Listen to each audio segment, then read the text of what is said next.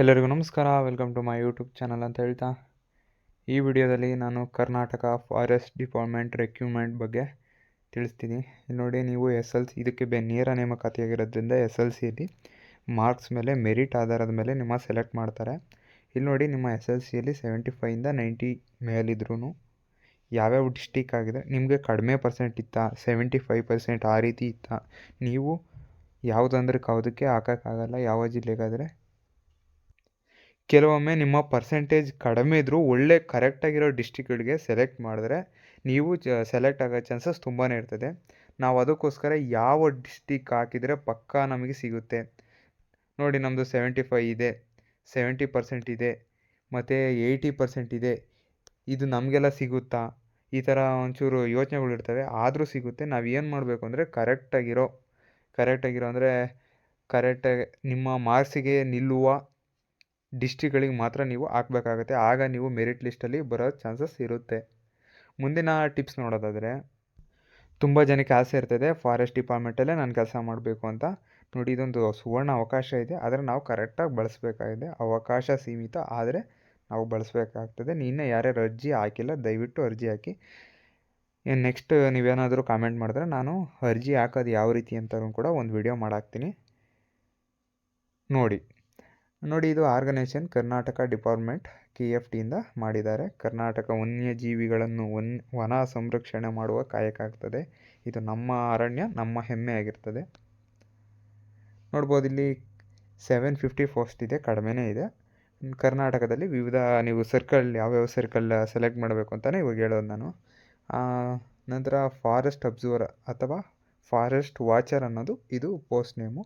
Salary basic 27 ಇರ್ತದೆ. ಮುಂದಿನ information ನೋಡೋದಾದರೆ, ಇಲ್ಲಿ ನೋಡ್ಬೋದು ಸೆಲೆಕ್ಷನ್ ಪ್ರೋಸೆಸ್ ಹೇಗೆ ಅಂತ ಕೇಳಿದ್ರಿ ಒಂದಷ್ಟು ಜನ. ಆಯ್ಕೆಯ ಪ್ರಕ್ರಿಯೆ, ಯಾವುದೇ ಸ್ಪರ್ಧಾತ್ಮಕ ಪರೀಕ್ಷೆ ಇರೋದಿಲ್ಲ. SLC ಅಂಕದ ಮೆರಿಟ್ ಆಧಾರದ ಮೇಲೆ ಭರ್ತಿ ಮಾಡಿಕೊಳ್ಳಲಾಗ್ತದೆ.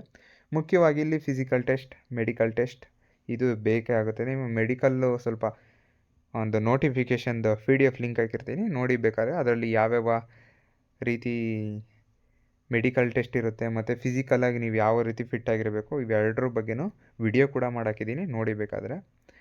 ನಂತರ ಈ ಆಯ್ಕೆ ಪ್ರಕ್ರಿಯೆ ಸಂಪೂರ್ಣವಾಗಿ ಮೆರಿಟ್ ಆಧಾರದ ಮೇಲೆ ಇರ್ತದೆ. ಯಾವುದೇ ರೀತಿ ಸ್ಪರ್ಧಾತ್ಮಕ ಪರೀಕ್ಷೆಗಳು ಇರುವುದಿಲ್ಲ.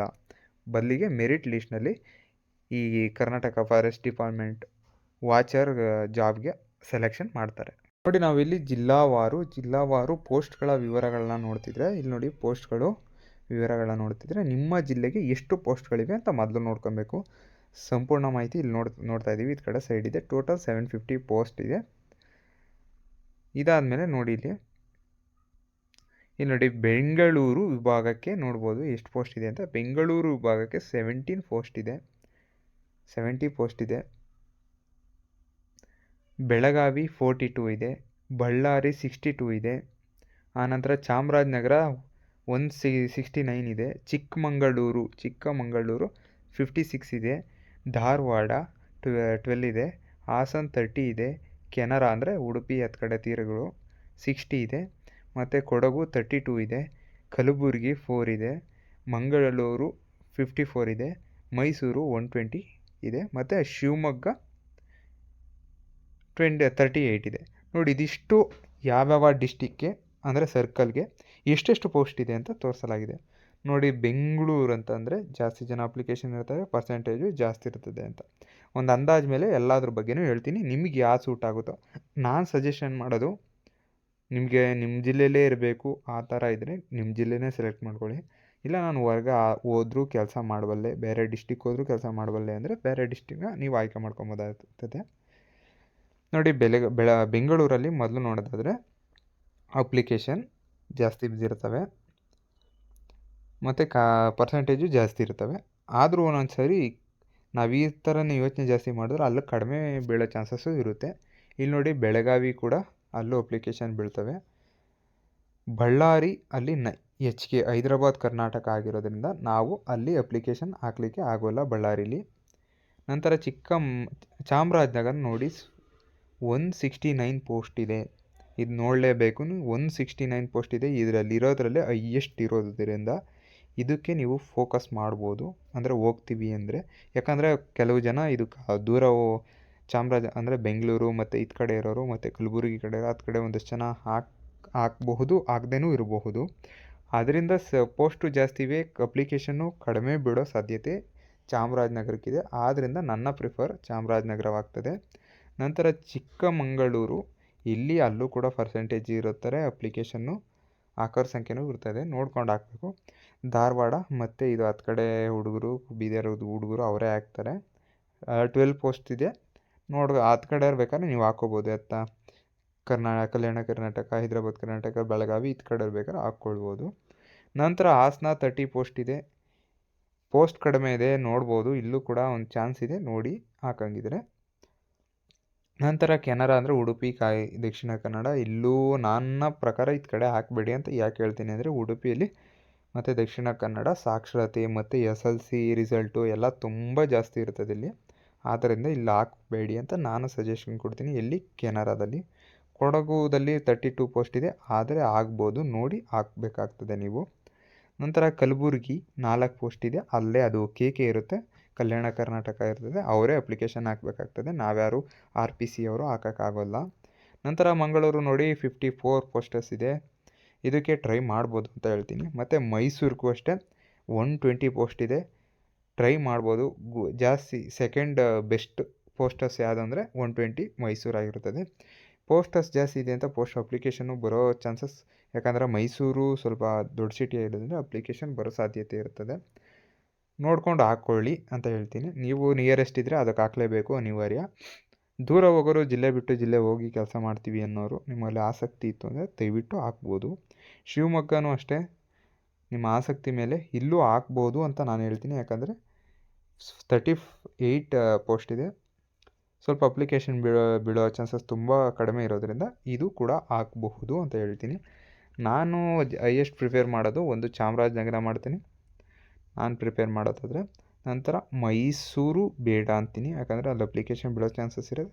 ಮಂಗಳೂರು ಅಥವಾ ಕೆನರಾ ಬೇಡ, ಮಂಗಳೂರು ಅಥವಾ ಚಿಕ್ಕಮಗಳೂರು ಇವರಲ್ಲಿ ಡಿಸೈಡ್ ಮಾಡಿ ನೀವು ಹೋಗ್ತೀವಿ ಅಂದರೆ. ಇಲ್ಲ ನಿಮ್ಮ ಸಿಟಿ ಯಾವುದು ಬೆಂಗಳೂರು ಇದ್ದರೆ ಬೆಂಗಳೂರು ಹಾಕ್ಕೊಳ್ಳಿ, ಬೆಂಗಳೂರು ಹಾಕೊಳ್ಳಿ. ಇಲ್ಲಾಂದರೆ ಹಾಸನ ಇದ್ದರೆ ಹಾಸನ ಹಾಕ್ಕೊಳ್ಳಿ, ಕೊಡಗು, ನಿಮ್ಮ ಜಿಲ್ಲೆನೇ ಸೆಲೆಕ್ಟ್ ಮಾಡ್ಕೊಳ್ಳಿ.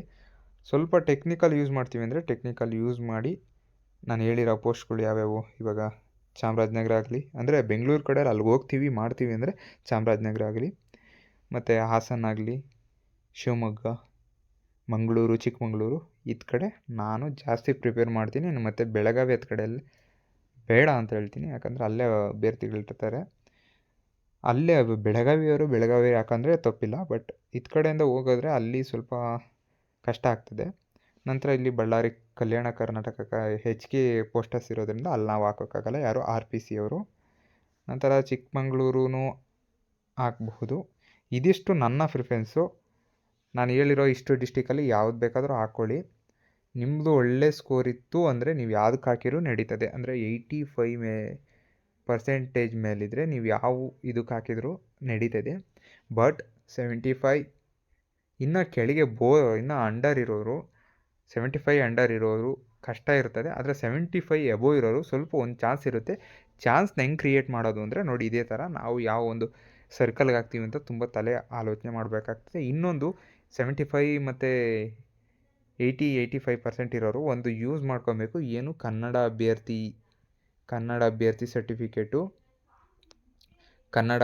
ಸರ್ಟಿಫಿಕೇಟ್ನ ಯೂಸ್ ಮಾಡ್ಕೊಬೇಕು. ಕನ್ನಡ ಅಭ್ಯರ್ಥಿ ಸರ್ಟಿಫಿಕೇಟು ಮತ್ತು ಗ್ರಾಮೀಣ ಅಭ್ಯರ್ಥಿ ಸರ್ಟಿಫಿಕೇಟ್ ಇವೆರಡನ್ನೂ ಯೂಸ್ ಮಾಡ್ಕೊಬೇಕಾಗ್ತದೆ. ನಿಮ್ಗೆ ಇನ್ನೂ ಯೂಸ್ ಆಗಬೇಕು ಅಂದರೆ ಕನ್ನಡ ಅಭ್ಯರ್ಥಿ ಇರಬೇಕಾಗ್ತದೆ ಮತ್ತು ಗ್ರಾಮೀಣ ಅಭ್ಯರ್ಥಿ ಇವೆರಡಿತ್ತು ಅಂದರೆ ನೀವು ಸೆಲೆಕ್ಟ್ ಆಗೋ ಚಾನ್ಸಸ್ ತುಂಬ ಇರ್ತದೆ. ಎಷ್ಟೋ 75 ಬಂದಿದ್ದರೂ ಕೂಡ ಸೆಲೆಕ್ಟ್ ಆಗೋ ಪರ್ಸೆಂಟ್ ತುಂಬ ಇರ್ತದೆ. ಅದಕ್ಕೋಸ್ಕರ ಇವೆರಡು ಇಲ್ಲ ಅಂದ್ರೂ ನೀವು ಬೇಗ ಮಾಡಿಸ್ಕೊಬೇಕಾಗ್ತದೆ. ಯಾವ ಅಭ್ಯರ್ಥಿಗಳು ಇರ್ತೀರ ನೋಡಿ, ಕನ್ನಡ ಅಭ್ಯರ್ಥಿ ಮತ್ತು ಗ್ರಾಮೀಣ ಅಭ್ಯರ್ಥಿ ಇರ್ತೀರ, ಬಟ್ ಸರ್ಟಿಫಿಕೇಟ್ ಮಾಡಿಸ್ಕೊಂಡಿರಲ್ಲ, ದಯವಿಟ್ಟು ಮಾಡಿಸ್ಕೊಳ್ಳಿ.